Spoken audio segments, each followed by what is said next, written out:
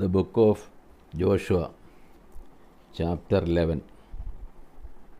Hear the word of the Lord. The united kings of northern Canaan defeated.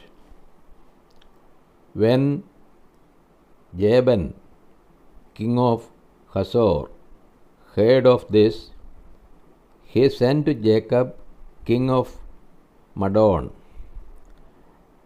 and the king of Shimron, and to the king of Akshaph, and the kings who were in the northern hill country, and in the Arabat south of Kinneroth, and in the lowlands, and in Naphoth-dor on the west, to the Canaanites in the east and the west, the Amorites, the Hittites, the Perizzites, and the Jebusites in the hill country, and the Hivites under Hermon in the land of Mizpah. And they came out with all their troops, a great host, in number like the sand that is upon the seashore, with very many horses and chariots. And all these kings joined their forces and came and encamped together at the waters of Merom to fight with Israel. And the Lord said to Joshua, "Do not be afraid of them, for tomorrow at this time I will give over all of them slain to Israel. You shall hamstring their horses and burn their chariots with fire." So Joshua came suddenly upon them with all his people of war by the waters of Merom, and fell upon them, and the Lord gave them into the land of Israel, who smote them and chased them as far as great Sidon and Misrephothmaim, and eastward as far as the valley of Mizpeh.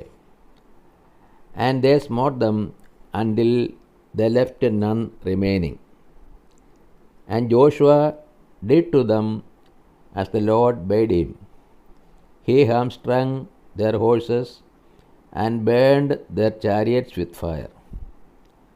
And Joshua turned back at that time and took Hazor and smote its king with the word, for Hazor formerly was the head of all those kingdoms.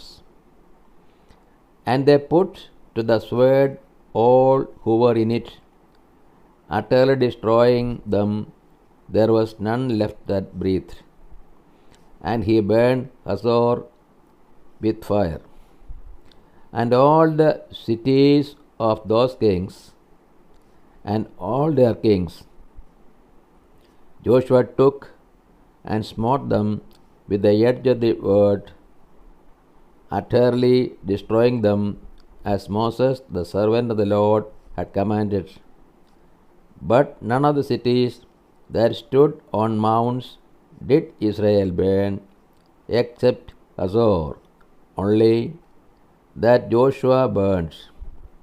And all the spoil of these cities and the cattle the people of Israel took for their booty, but every man they smote with the edge of the sword, until they had destroyed them, and they did not leave any that breathed.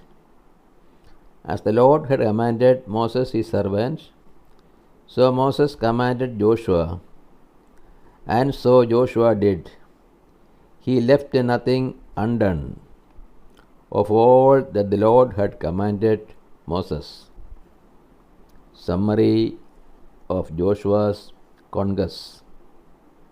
So Joshua took all that land, the hill country, and all the Negeb, and all the land of Goshen, and the lowland, and the Arabah, and the hill country of Israel, and its lowland, from Mount Halak that rises towards Seir, as far as Balgad in the valley of Lebanon, below Mount Hermon.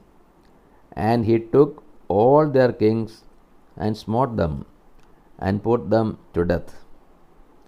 Joshua made war a long time with all those kings. There was not a city that made peace with the people of Israel except the Hivites, the inhabitants of Gibeon. They took all in battle, for it was the Lord's doing to harden their hearts, that they should come against Israel in battle, in order that they should be utterly destroyed, and should receive no mercy but be exterminated, as the Lord commanded Moses. And Joshua came at that time and wiped out the Anakim from the hill country, from Hebron, from Debir, from Anab, and from all the hill country of Judah, and from all the hill country of Israel. Joshua utterly destroyed them with their cities. There was none of the Anakim left in the land of the people of Israel. Only in Gaza, in Gath, and in Ashdod did some remain.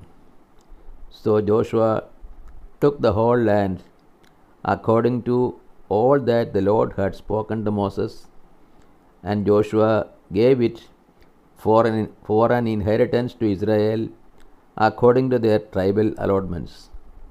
And the land had rest from war. This is the word of the God to us. O Lord, open our hearts that we put in the practice that which you have revealed to us.